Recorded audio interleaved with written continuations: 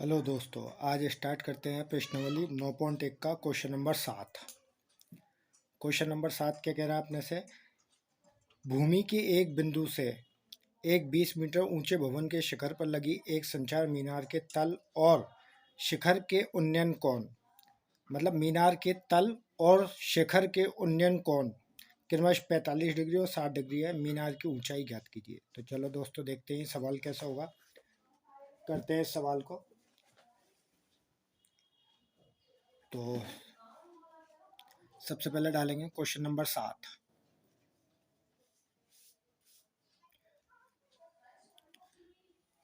Question number 7। Question number 7 में क्या कह रहा है? एक मीनार के तल और शिखर की बात कर रहा है। ठीक है, तो चित्र बनाएंगे सबसे पहले अपन।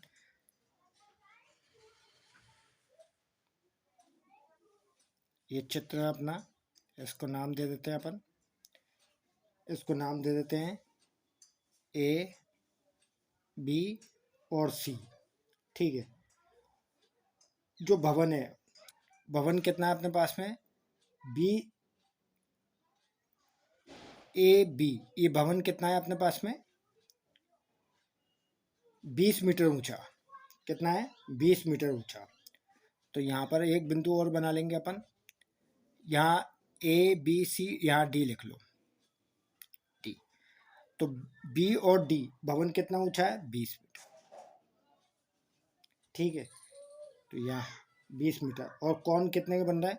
एक ये इसके तल और शिखर से जा रहा है अपने पास में, तो ये कौन बन रहा है अपने पास में? 45 डिग्री का।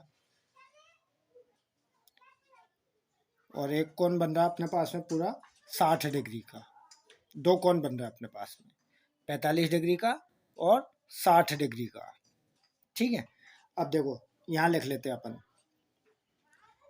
बी डी क्या है अपने पास में? 20 मीटर ऊंचा भवन।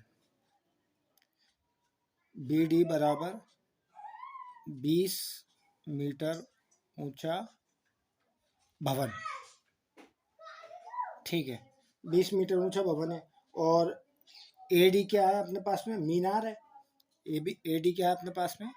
ए डी बराबर ए और डी। ये क्या है? मीनार। क्योंकि भवन की शिखर से, तो ये क्या है अपने पास में? मीनार। ए डी क्या है? मीनार। तो चलते हैं अपन सबसे पहले क्या याद करते हैं। ठीक है, और कौन सी, कौन सी बड़े वाला कितना है अपने पास में? एक तो है अपने पास में 45 डिग्री का और एक है 60 डिग्री का। तो अब अपन समकोण त्रिभुज ले लेते हैं। क्या लेंगे? समकोण त्रिभुज। कौन कौन सा लेते हैं अपन? पहले बड़ा वाला ले लेते हैं, ए बी और सी ले लेते हैं। ठीक है, समकोण त्रिभुज ए बी सी में, ए बी सी में लेते हैं। तो कौन सी बराबर, कौन सी बराबर कितने डिग्री का अपने पास में? 60 डिग्री का। ठीक है, तो क्या क्या है अपने पास में? लंब है और आधार है। लंब है अपने पास में पूरा का पूरा, और क्या है? आधार है। ठीक है, लंब और आधार। तो लंब बटे आधार किसका सूत्र होता है? टेन थीटा का। तो टेन थीटा बराबर लंब बटे आधार। लंब बटे आधार बराबर, लंब कितना है अपने पास में? देखो लंब क्या है अपने पास में? पूरा ए डी और डी बी। लंब क्या है अपने पास में? A D plus D B बटे आधार क्या है अपने पास में? बी सी। आधार क्या है अपने पास में? B C. ठीक है, तो अब देखो थीटा कितना है अपने पास में? 60। थीटा कितना माना? 60। तो टेन 60 बराबर A D plus D B. A D plus D B, तो A D plus D B बटे क्या है? बी सी क्या है? तो बी सी यूँ के तो ही लिख लेते हैं बी सी।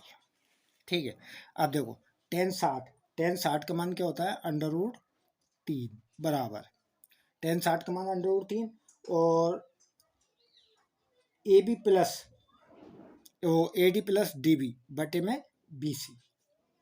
तो इसको यूँ का तो ही लिख लेते हैं A D plus D B बटे में बी सी। ठीक है, यहाँ एक मान लो, इसका क्रॉस मल्टीप्लाई करा दो, बी सी को √3 से गुना कराएंगे तो √3 बी सी बराबर A D plus D B, A D plus D B. ठीक है, तो √3 सी डी बराबर क्या आ गया, A B plus D B. लेकिन अपने पास में डी बी का मान कितना है, डी बी का मान कितना है 20। तो यहाँ लिखेंगे √3 बी सी बराबर A D plus D B का मान कितना है अपने पास में, डी बी की ऊंचाई कितनी है 20, तो यहाँ लिखेंगे 20। ठीक है, यहाँ लिखेंगे 20। ठीक है, अब इसको मान लेंगे समीकरण नंबर 1। ठीक है, अब दूसरा लेते हैं अपन समकोण त्रिभुज। क्या क्या है मेरे पास में, दूसरा त्रिभुज लो बी डी और सी। किसकी बात कर रहा है, लंब बटे आधार की। किसकी बात कर रहे हैं, लंब बटे आधार की। ठीक है, तो लंब बटे आधार की बात कर रहे हैं तो सूत्र कौन सा लगेगा अपने पास, tan थीटा वाला। चलो ठीक है, देखते हैं। सबसे पहले लिखेंगे त्रिभुज डी बी सी में, त्रिभुज डी बी सी में तो क्या सूत्र लगेगा, किसकी बात कर रहे हैं, लंब बटे आधार की। तो tan थीटा बराबर लंब बटे आधार, लंब बटे आधार। तो लंब क्या है मेरे पास में, डी बी। लंब क्या है मेरे पास में, डी बी, और आधार क्या है, बी सी। तो यहाँ लिखेंगे डी बी बटे बी सी। ठीक है, और थीटा कितना है मेरे पास में, थीटा कितना है 45। कितना है 45। तो tan 45 यहाँ लिखेंगे tan 45 बराबर डी बी, डी बी का मान कितना है मेरे पास में 20, और बी सी, बी सी का मान कितना है मेरे पास में, अभी कुछ भी नहीं है, तो बी सी की जगह क्या रखेंगे, बी सी। क्या रखेंगे, बी सी। ठीक है, अब इसको क्रॉस मल्टीप्लाई, tan 45 का मान क्या होता है, tan 45 का मान होता है 1 बराबर 20 बटे बी सी। इसको क्रॉस मल्टीप्लाई कराएंगे तो क्या आएगा, बी सी को गुना 1 से कराएंगे बी सी, और 20 को 1 से कराएंगे 20। समीकरण नंबर 2, समीकरण नंबर 2। अब क्या करेंगे, समीकरण 2 का मान, क्योंकि बी सी क्या आया मेरे पास में 20 आया, तो समीकरण 2 का मान समीकरण नंबर 1 में रखने पर, तो यहाँ लिखेंगे समीकरण 2 का मान समीकरण 1 में रखने पर। ठीक है, समीकरण नंबर 1 में रखने पर। अब देखो समीकरण नंबर 1 क्या है मेरे पास में, ये देखो समीकरण नंबर 1 क्या है, √3 बी सी बराबर ए डी प्लस 20। ये समीकरण नंबर 1 है। इसमें बी सी का मान रखना है अपने को, क्या रखना है 20, क्योंकि बी सी का मान क्या है मेरे पास में 20। तो यहाँ रखो √3 बी सी की जगह क्या रखना है, बी सी का मान क्या है 20, तो √3 और यहाँ रखेंगे गुना में, गुना का निशान लगा दो 20 बराबर। ठीक है, क्या है ए डी प्लस 20, ए डी प्लस 20।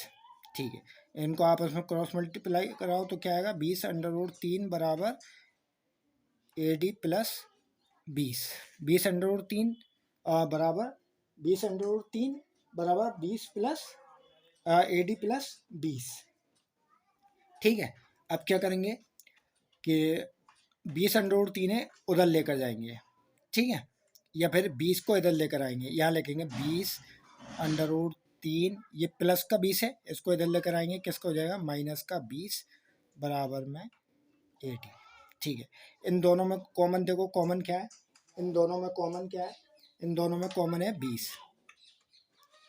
ठीक है, तो यहाँ क्या बचा अपने पास, बचा √3, यहाँ माइनस की जगह माइनस, 20 में 20 के भाग देंगे, क्या बचा 1 बराबर 80। तो क्या आया 20 √3 माइनस का 1 ए डी। तो ए डी की ऊंचाई क्या आ गई अपने पास में, तो यहाँ लिखेंगे ए डी की ऊंचाई क्या आ गई, तो यहाँ लिख देंगे अपन ए डी बराबर 20 √3 माइनस का 1, ये आंसर। ठीक है, 20 √3। ठीक है, अगर कोई स्क्रीनशॉट लेना चाहता है तो स्क्रीनशॉट ले सकता है इसका पूरे का।